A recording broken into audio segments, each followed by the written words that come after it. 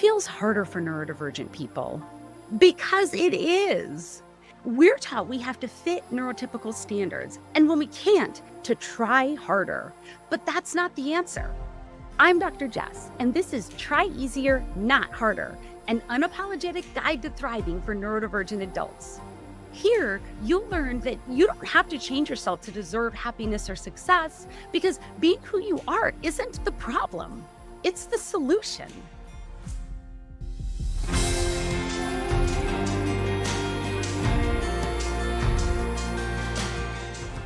One more thing. I'm a doctor, but I'm not your doctor in this context. The information and opinions I share in this content are for educational and informational purposes only.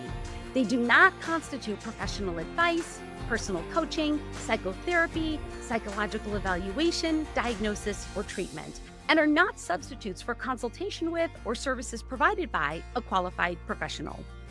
And another thing, this episode may contain a small amount of profanity. Viewer and listener discretion are advised. All right, let's get into it.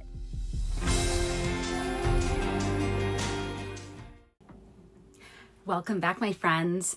Today, we're talking about the ways the self-improvement industry fails neurodivergent people and why we have to stop trying to fix ourselves in order to actually improve our lives.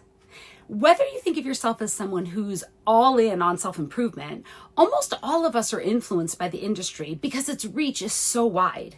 Self-improvement is big business. It generates billions of dollars each year, and that figure is growing. Self-improvement has its roots in the origins of essentially all modern religions, ancient philosophy, Eastern medicine, and early psychology. It expanded through writings and lectures and some programs and treatments a person could pay to participate in or receive. School, from preschool through graduate level education and including skilled trade trainings, are considered by some to be self-improvement programs. And even when education is seen as a separate industry, essentially all education programs are designed with self-improvement or personal development components. Meditation practices, spiritual movements, retreats, mutual aid and support groups, motivational speaker events, personal training, athletic club memberships, diet and exercise programs, life coaching, and even psychotherapy are, in essence, all self-improvement programs. Up until 20 years ago, most of what are commonly considered self-improvement programs were accessed in person, in your own community, and through books. Summaries and opinions were also found in magazines, usually targeting specific audiences in men's and women's lifestyle magazines, and covered in radio and television programming, especially with the popularization of daytime talk shows. And then along came the internet.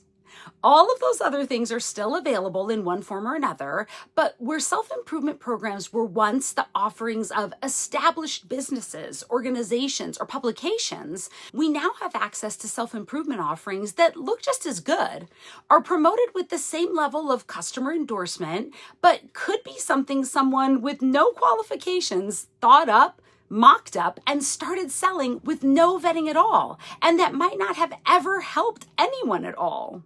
And on top of that, self-improvement philosophies, advice, strategies, tips, and hacks are accessible and often free for the taking on every social media and podcast platform, and through apps, blogs, forums, and email blasts. The rapid advances in technology mean people have access to far wider variety of self-improvement approaches, often without having to consider cost. Plus, many people who have truly valuable ideas to share, but may never have landed a book deal, secured startup capital, or landed a job in the established business or agency, are able to reach and help more people and generate revenue doing it. Self-improvement programs have always come with the risk that they wouldn't work. But now the legitimacy of a self-improvement program or product is harder or impossible to verify until you've invested money, time, and energy into it. Essentially, anyone can offer a proven system that has not actually been proven and maybe a scam or just a sucky program, which we find out after we buy it and try it. Even if the financial investment is smaller, the risk is greater, and it can have the greatest impact on people who are really struggling and desperate for solutions to their problems. And whether it's a program backed by mountains of real evidence and real testimonials, or something we're giving a go after a friend told us all about how great it's been for them, there's an even bigger issue with virtually all self-improvement options for neurodivergent people. Most of what works for the masses just doesn't work for us. To be fair, I'm not suggesting the creators and providers of self-improvement programs should be required to accommodate every neurotype. I'm not even suggesting that they should try to offer variations of their approaches. The problem is that they probably couldn't, because mainstream knowledge about neurodivergence is still not current, accurate, or complete, which means that self-improvement programs are created on the assumption that everyone is equally capable of benefiting from them, at least for the most part. Even people with good intentions who go out of their way to be inclusive tend to think their self-improvement strategies and philosophies can help the majority of people, and they count us in that group, and so do we. Again, most people don't have current, accurate, or even close to complete knowledge of neurodivergence. And most people includes everyone from the scammers to the geniuses who create life-changing self-improvement programs to the neurotypical and neurodivergent people who come across a self-improvement program, maybe even something designed for neurodivergent brains, and think, finally, the solution I've been looking for. This is going to change everything. But it almost definitely is not, even if it's a generally great program. Just by virtue of the collective understanding of neurodivergence and perceptions of perfection and success in the US and similar cultures, pretty much every self-improvement program won't apply to us without modification. Will require us to lean even further into being some false version of ourselves we think everyone wants us to be, or will actually harm us. This is a completely unrelated example, and it's extreme, but think of what I'm describing as being like the first wave of airbags that were available in standard passenger cars. I mean, airbags are truly incredible, life-saving technology. And if you could have a car with airbags when they were first rolling out, of course you would. They made cars safer than they'd ever been. So you'd absolutely see your child where an airbag would protect them, and you'd probably feel great about it. Proud even, that you were among the first to provide that level of safety to your most precious cargo. Except that early airbags deployed in a way that seriously injured and even killed children, even infants in top-of-the-line car seats who were faced away from the airbags. In fact, early airbags were not safe for adults under a certain height either. And even modern airbags can seriously injure people under 5'4", which is about 5% of American men and half of all American women. I'm 5'2". And I know that statistic, but whenever I get into my car, any thought I have about airbags is that I'm grateful for the added safety.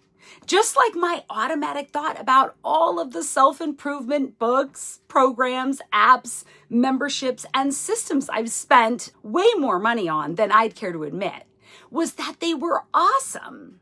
I felt great about having them, proud even, that I was able to buy the book or join the program, and that I was still trying to improve myself, to make myself into what I'm supposed to be. Because there's no way I already am what I'm supposed to be, right? Are you? With the exception of scams and ridiculously unfounded practices, most self-improvement programs and products are beneficial overall. The world is probably a better place because they're available to people who need them. But in the realm of self-improvement, neurodivergent people are the kids who got hurt by airbags before that industry realized the design needed to be modified so the benefits outweighed the risks for as many people as possible. That's because essentially all self-improvement programs and systems are built on the foundation that there's an ideal way to be that is the same for everyone, and that everyone has the same capacity to reach that ideal the same way. That means that overall, self-improvement programs don't work for us, don't work the same way for us, or only work when we can hide and ignore who we actually are and how our brains and bodies work, so that we appear more like everyone else who's striving for that ideal. The irony is that it's harder for us to achieve and maintain that kind of transformation, but we're more primed to think we can and should pursue it.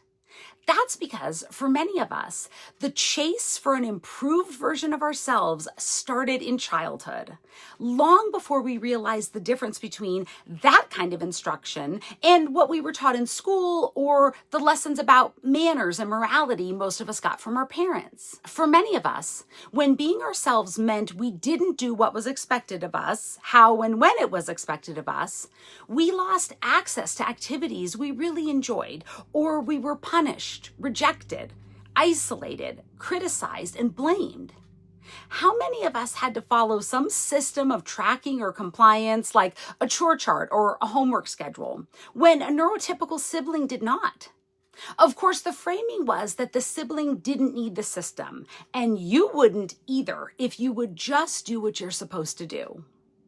Most of our parents were doing the best they could, and that was based on the limited mainstream knowledge of neurodivergence, which means many of our parents had no idea we were neurodivergent. So they were just holding us to standards they were told and believed applied to us. If they did know our brains work differently, they were probably following a professional's advice when they made playing sports contingent on getting good grades, refused to acknowledge what we were saying unless we looked them in the eye or stopped moving, or bribed us for going a certain amount of time without stuttering or having a tic. Certainly, it was at the direction of professionals that some of us were placed in fully contained special education programs, speech therapy, social skills training, or formal treatment programs that required us to stop doing things the way we naturally did and start doing what people wanted us to do, like ABA therapy. Don't get me wrong, I'm not trying to make an argument that there should be no treatment programs or parenting practices that use consequences and rewards. I'm not saying that every program, intervention, or other attempt to help is actually harmful. That's not fair to say or accurate. But the more we learn about neurodivergence and the impact of early experiences of neurodivergent people, we know that systems with the primary goal of making people do the same things the same ways in the same time frame, or else get the people who don't away from the people who do, are harmful in the long run. That problem is both systemic and programmatic because our society still operates that way for the most part, and because programs and proponents of practices are very slow to acknowledge the long-term impact, especially the ones that produce the intended results at the time. To use ABA as an example, some ABA programs have invested substantial resources into modifying their interventions to focus on helping people change in ways they want to change while respecting what change looks like for them. But many others have not, because ABA usually does reduce quote-unquote unwanted behaviors in autistic children. And that's what parents sign up for, no matter what autistic adult survivors of ABA are shouting from the rooftops. Whether formal or informal, the sanctions neurodivergent people experience early and often in response to our natural ways of being prime us to become adults who don't just want to improve ourselves. We believe we need to improve ourselves. And the distinction really matters when it comes to self-improvement products and programs. Think of it like this. A person who wants to improve themselves and comes across a self-improvement product is like a 5'7" adult driving a car with airbags. Maybe they invested a bit more for the car with that safety feature, which is probably worth it just for the peace of mind it gives. That's all that's lost if the airbag never deploys. And if it does, it could save the person's life. Just like a self-improvement program could cost some money or time, but the person gets a moral boost just from having access to it. That investment is all they're out if they never use it, but if they do, it might dramatically improve their life. In contrast, people who believe they need to improve themselves are like a 4'11" person driving a car with airbags. They invest in a car with safety features that we all just automatically understand as being good to have, which is how their brains perceive self-improvement products. They feel good about having modern, safe vehicles and about the subscription they just committed to for the self-improvement program. If they never use the program, and if the airbag never deploys, the investment is all they've lost, at least on the surface, and I'll say more about that later. But if the airbag deploys, it could injure the person a little or a lot and even kill them. If a person who believes they need to improve themselves puts full effort into a self-improvement program and it does not improve them, the consequences are not as obvious as being fatally injured by an airbag, but we know neurodivergent people are psychologically injured, a little or a lot, by those experiences. And newer research is showing that people with ADHD or autism, let alone both, have shorter life expectancies overall and are more likely to consider, attempt, and commit suicide. That is a complicated and nuanced topic that needs to be its own episode. And I'm not suggesting that the self-improvement industry needs to accept responsibility for those outcomes. But the combination of believing there's something wrong with you, you have to fix, and having multiple repeated attempts to fix yourself fail hurts people a hell of a lot. And it's very common for neurodivergent adults' lives to feel perpetually stuck at the intersection of that exact combination. Most of us don't wake up every day thinking we're happy and healthy and have a really good handle on things. And since we're so far ahead of the curve, we may as well spend some of our free time making ourselves even better. Even those of us who are temperamentally optimistic and have achieved success are pretty exhausted and feel overwhelmed by the nagging sense that we are constantly falling further and further behind all the ways we're supposed to be better. So when a self-improvement product comes along with its promises, this will make you into your best self and it will be fun, it usually doesn't feel like an exciting invitation to do something you can do if you want to. Instead, it often feels like something that caught up with you again to remind you of what you should already have done and better do now. Like, here's another chance to finally fix what's wrong with you. Are you going to blow this one too? The feeling and belief that we have to improve makes it almost impossible to resist the promise of self-improvement. And high-end advertising is no longer required for something to be marketed in a way that makes results seem all but guaranteed. There can be a feeling of relief, even a surge of hope, when we come across something new that might be what we've needed all along. So we buy the books, we register for the programs, we download the apps, we buy the memberships, we get yet another planner, and we put our faith in them, our hope that we'll do what we have to do to make them work, and our fear that we won't. Maybe we let ourselves think just a little bit, or maybe a lot, about what life is going to be like, maybe really soon, when we're living it as our finally improved selves. But for most of us, it doesn't go as planned pretty much right from the start. We tell ourselves it's the learning curve and we just need to get used to it. We remind ourselves it takes 30 days to create a habit, and we keep going.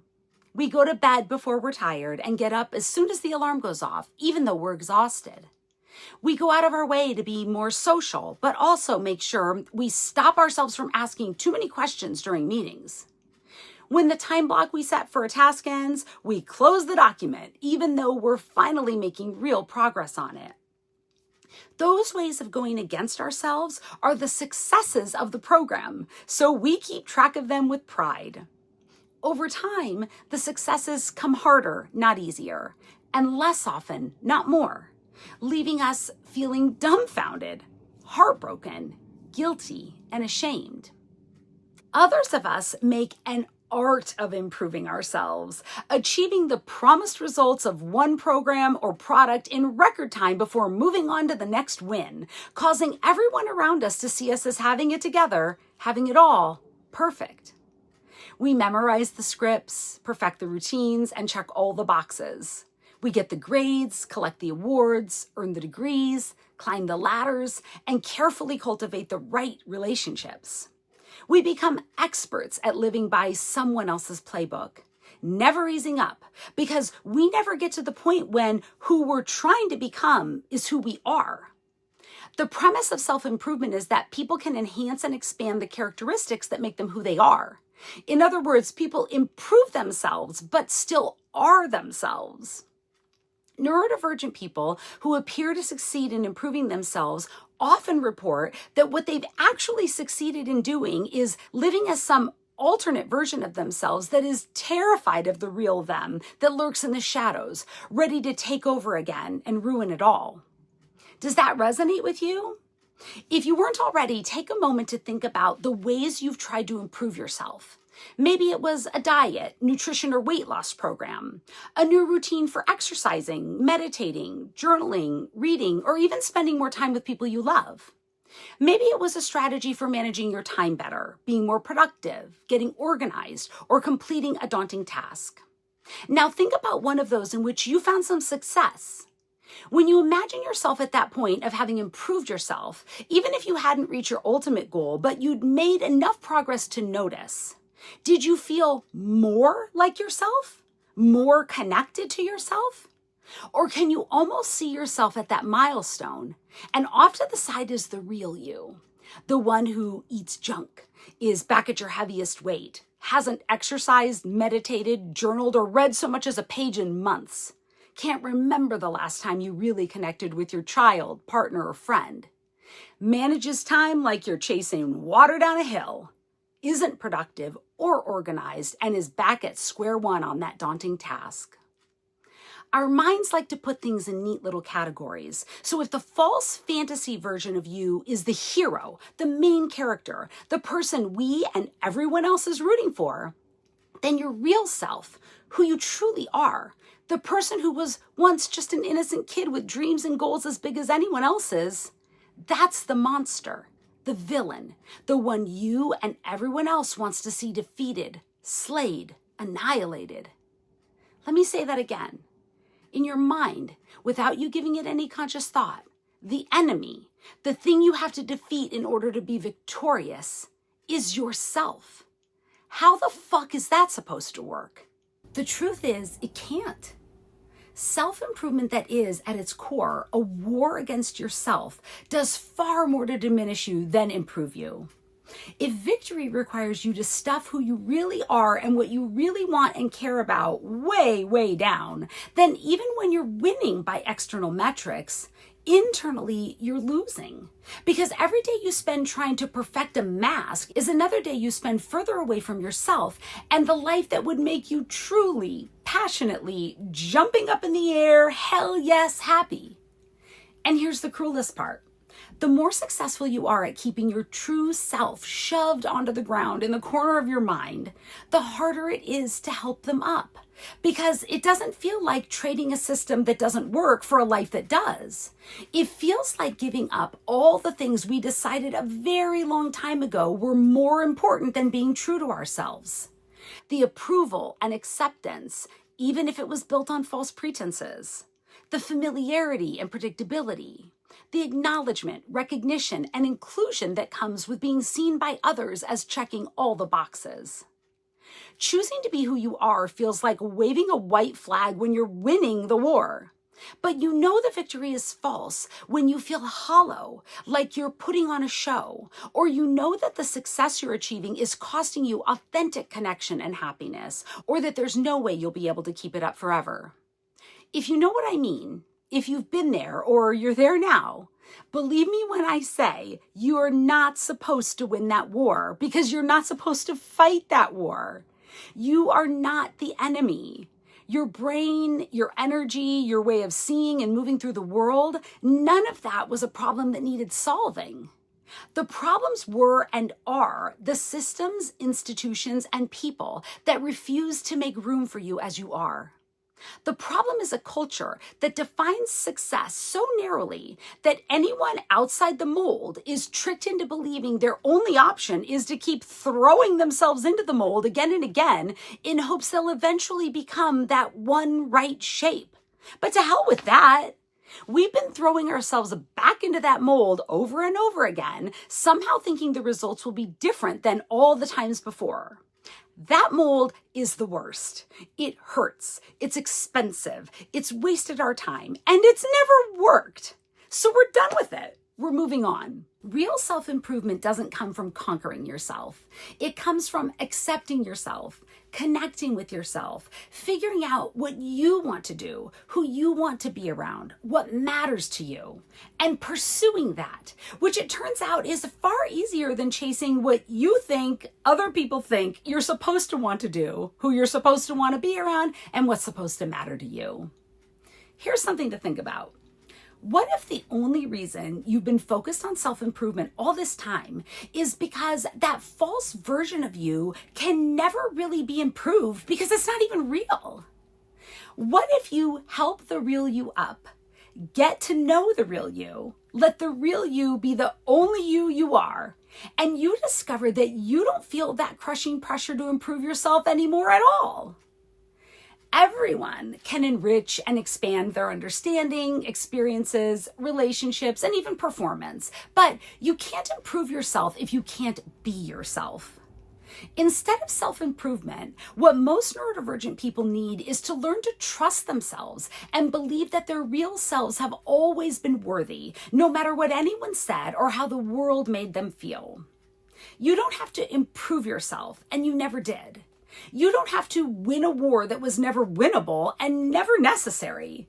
You don't have to fight that war or yourself, because the parts of you that you thought you had to get rid of aren't the obstacles to your best life. They're the keys to it. They're the map to that ease, happiness, and fulfillment you never found through self-improvement. But how do you follow that map?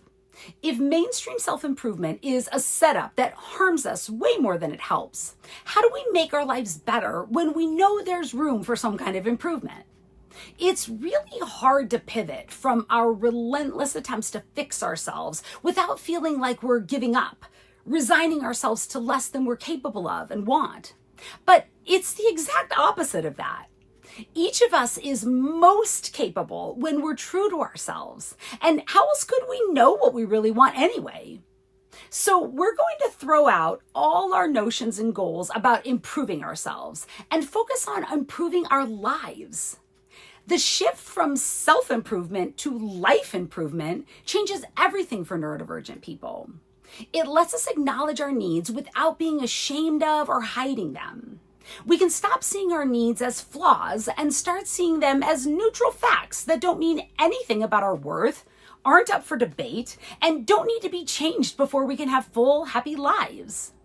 Just like someone with a peanut allergy doesn't see their need to avoid peanuts as a moral failing, your need for flexible deadlines, visual schedules, a permanent pass on company parties or large family events, flexibility around routines, heads up about changes, whatever your needs are, they're not failures. They're just facts about what it means to be you.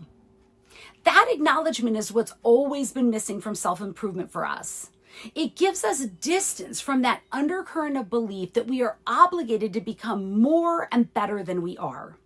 It gives us freedom we can't possibly know when we're fighting a war to the death against our own selves. It lets us respect ourselves, appreciate ourselves, and listen to ourselves, so the choices we make and actions we take can be rooted in our own values and interests, instead of in our best guesses about what we think we're supposed to do and be and want for ourselves. But it's important to understand that choosing life improvement over self-improvement doesn't mean everything gets easy overnight. It doesn't mean the systems or the people around you will magically adjust. It doesn't mean you'll never have to navigate friction, misunderstanding, or injustice again. Mainstream knowledge about neurodivergence is not current, accurate, or complete yet. We still live in a society that promotes compliance and conformity, while differences and disobedience are controlled or punished. But that's changing. Agonizingly slowly in some ways, and sometimes steps forward are followed by steps backward, which we've definitely seen recently. But overall, it's still changing, and our actions can contribute to that change when we make the conscious choice to stop fighting ourselves and start fighting for ourselves. That doesn't mean you have to take to the streets or proclaim your neurodivergence to everyone you meet, though I encourage you to do both if you're so inclined. Making your life better starts with giving yourself permission to be who you already are. And after many years of shoving that person down, it could be a bit of a fight, and it will definitely take effort.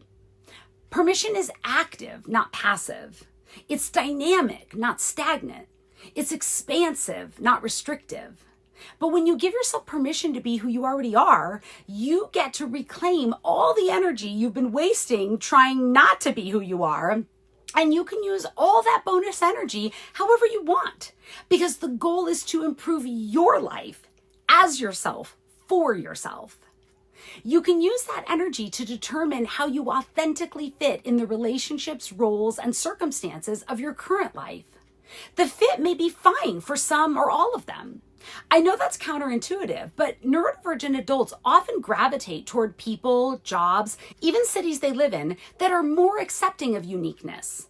And when they start moving toward living authentically, they realize no one in their lives needed them to be that fantasy version of themselves except themselves. Still, there can be a period of adjustment, especially if the people in your life are unfamiliar with neurodivergence and struggle to make sense of how you could have been fake all this time. You may struggle to make sense of that too, and it can be a great experience to let people who care about you in on the process of exploring how that inauthentic version came to be in the forefront of your life and interactions. On the furthest end of this spectrum are relationships, roles, and circumstances that you don't fit in as your authentic self at all.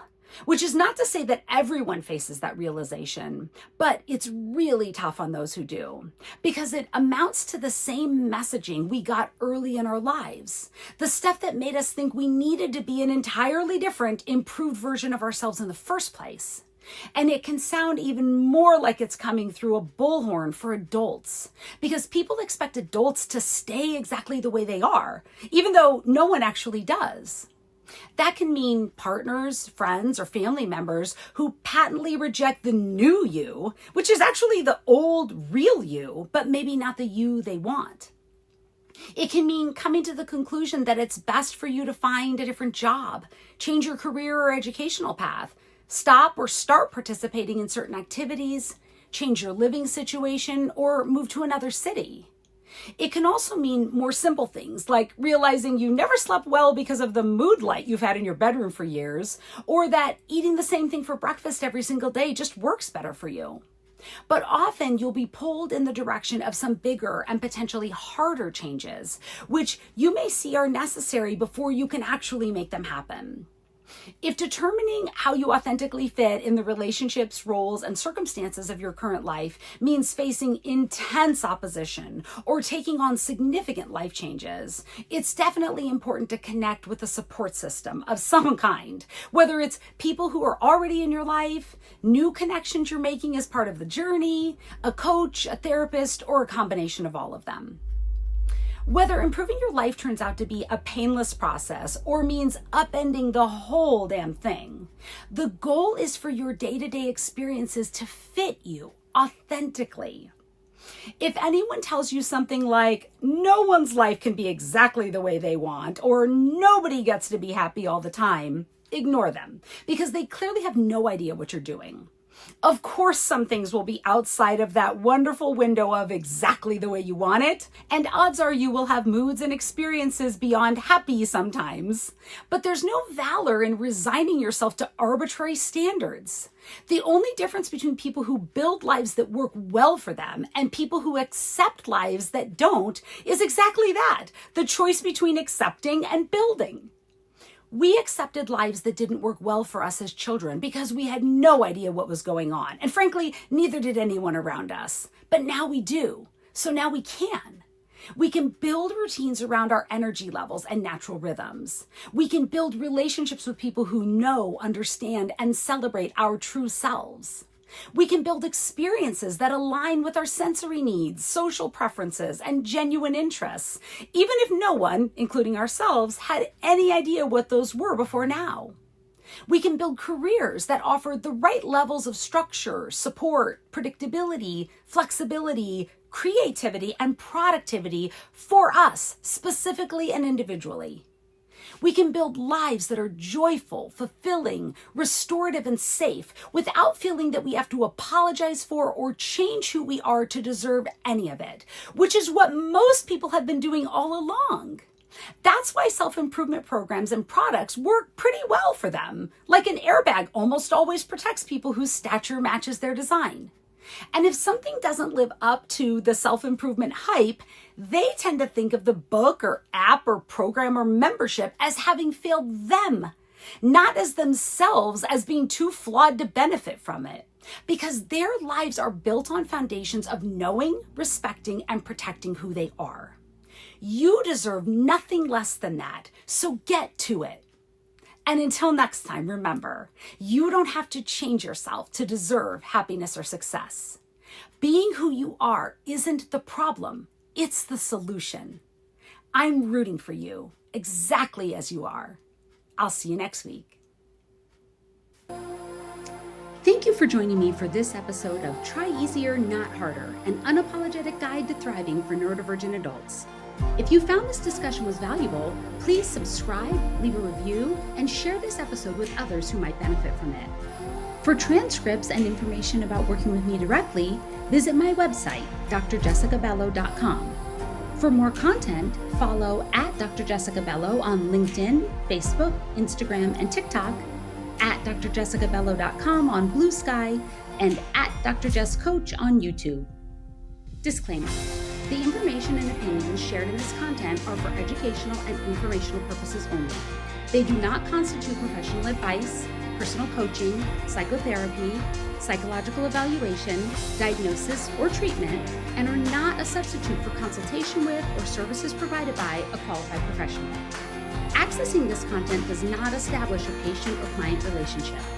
While efforts are made to ensure accuracy, no guarantees are made regarding this content's completeness, reliability, or applicability to individual circumstances.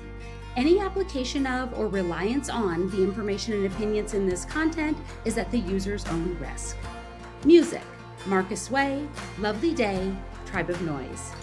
Copyright 2025, Jessica Bello, PhD, PLLC, all rights reserved.